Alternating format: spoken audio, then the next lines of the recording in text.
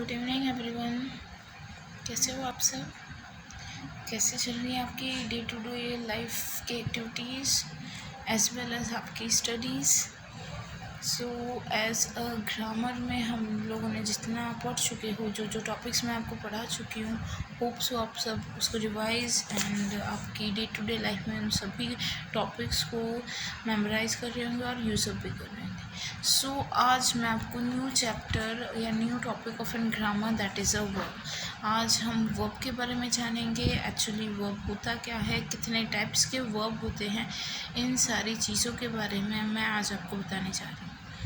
पर ये है कि अगर हम लोग वर्ब पहले सुनेंगे नहीं, सो सब लोग ये पहले जैसे आपसे कोई पूछे कि वर्ब है क्या actually, so as a definition आपके सामने बोल देते हैं कि that verb is a type of an action, या कोई चीज़ है जो एज कोई काम हो रहा है या कोई एक्टिविटी जो कैरी ऑन है, रनिंग ऑन है, सो वो एज अ वर्ब हो जाएगा, या उसमें जो मेन एक्शन है उसको आप लोग वर्ब कंसिडर कर सकते हैं।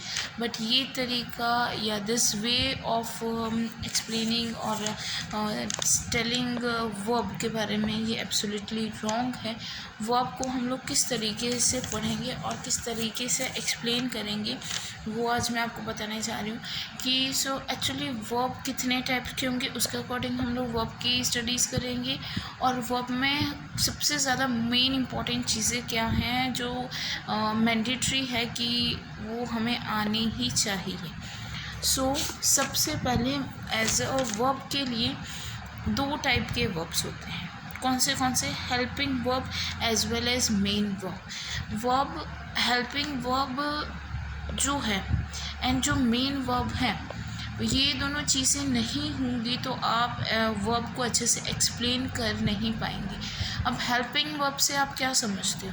Helping verb that means those verb which are helping us to construct a sentence और a line in which those words are just helping us to explain something to someone else, या ऐसे words जो हमें कोई भी activity या कोई भी सेंटेंस में हेल्प कर रहा है एक पर्टिकुलर सेंटेंस को फुलफिल करने के लिए। सो ये होंगे हमारे हेल्पिंग वर्ब। और सेकेंड वे है main verb. So main verb से क्या समझते हो? मेन वर्ब जैसे कि कोई काम हुआ है जिसके बारे में हम लोग मेनली बात कर रहे हैं, और उसमें जो काम हुआ है वो नीट एंड क्लीन तरीके से सामने वाले को अच्छे से समझ आना चाहिए, इस तरीके से हम उसे रिप्रेजेंट करेंगे और हमें वो करना भी है। सो हेल्पिंग वर्ब और मेन वर्ब के बिना हम वर्ब को डिफाइन नहीं कर पाएंगे या किसी को एक्सप्लेन नहीं कर पाएंगे। सो फर्स्ट ऑफ ऑल जो एज अ हेल्पिंग वर्ब हैं वो कौन से होते हैं? सो हेल्पिंग वर्ब लाइक क्या बोल सकते हैं हम, हेल्पिंग वर्ब जब एज अ हम लोग जो थियरी है उसके रिगार्डिंग नहीं जाएं। हेल्पिंग वर्ब हमारी जो नॉर्मल अंडरस्टैंडिंग है उसके अकॉर्डिंग हेल्पिंग वर्ब की जो हमें किसी भी सेंटेंस को कंस्ट्रक्ट करने में हेल्प कर रहा है, और वो वर्ड्स जो हमें एज किसी भी सेंटेंस को अच्छे से हम लोग किसी को समझा पाएँ, किसी को एक्सप्लेन कर पाएँ, ये सारी चीज़ें एज अ हेल्पिंग वर्ब होगी। सेकेंड है हमारा मेन वर्ब। मेन वर्ब जैसे हम लोग फर्स्ट ऑफ ऑल नेम सुनेंगे उसके अकॉर्डिंग हम लोग इजीली टैकल कर पाएंगे कि मेन वर्ब होता क्या है। मेन वर्ब वो होंगे कि जो मेन एक्शन हो रही है उसके बारे में हम लोग जो बातें करते हैं, और जो एक्टिविटी हो रही है उसके लिए जो एप्रोप्रिएट वर्ड है जो हम लोग यूज़ कर रहे हैं वो एज अ मेन वर्ब हो गया। सो हेल्पिंग वर्ब और मेन वर्ब के बिना हम लोग किसी भी वर्ब को किसी के सामने रिप्रेजेंट नहीं कर पाएंगे या किसी वर्ब के बारे में अच्छे से एक्सप्लेन नहीं कर पाएंगे। सो हेल्पिंग वर्ब में हम क्या क्या बताते हैं और हेल्पिंग वर्ब में क्या सबसे इम्पॉर्टेंट है? हेल्पिंग वर्ब में जो मॉडल्स हैं, मॉडल दैट मीन्स कि वो वर्ब्स जो हमें जो काम हो रहा है, कोई एक्टिविटी हो रही है या किसी भी काम के बारे में हम लोग किसी को एक्सप्लेन कर रहे हैं, वो सारे एज अ मॉडल्स हो गए। सो बिना कोई एक्टिविटी हो रही है या कोई काम हो रहा है उसको बताने के से पहले या उसे बताए बिना हम लोग कोई काम नहीं कर सकते, कोई वर्ब के बारे में एक्सप्लेन नहीं कर सकते, कोई एक्टिविटी नहीं बता सकते। सो मॉडल बहुत बहुत ज़्यादा इम्पॉर्टेंट है। और मॉडल के साथ साथ जो वर्ड्स होते हैं primary auxiliary verbs. Primary auxiliary verbs कौन से हुए, जैसे कि हम लोग बी है, डू है, हैव।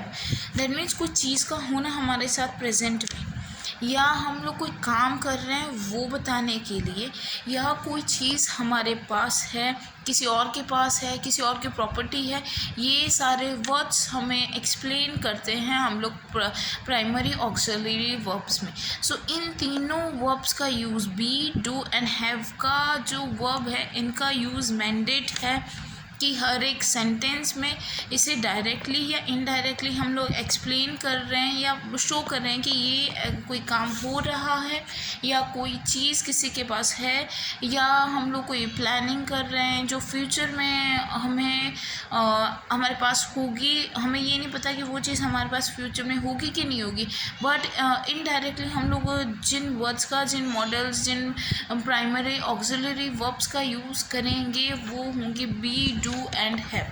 तो ये सारे वर्ब्स के बारे में हम लोग आगे फर्दर ऑन पढ़ेंगे। सो जो आज मैंने पढ़ाया ये बेसिक नॉलेज है या बेसिक कंसेप्ट है वर्ब्स का। सो मेरे अकॉर्डिंग आप लोगों को अच्छे से समझ आएगा। So thank you so much guys. कोई प्रॉब्लम हो, कोई इशू हो, सो प्लीज़ मुझे कमेंट सेक्शन में मेंशन कीजिएगा। कोई डाउट है तो आप मोस्ट प्रोबेबल में से पूछ सकते हैं। So thank you so much मेरे वीडियोस को देखने के लिए। So thanks a lot. मेरे चैनल को लाइक, शेयर एंड सब्सक्राइब कीजिए। Thank you.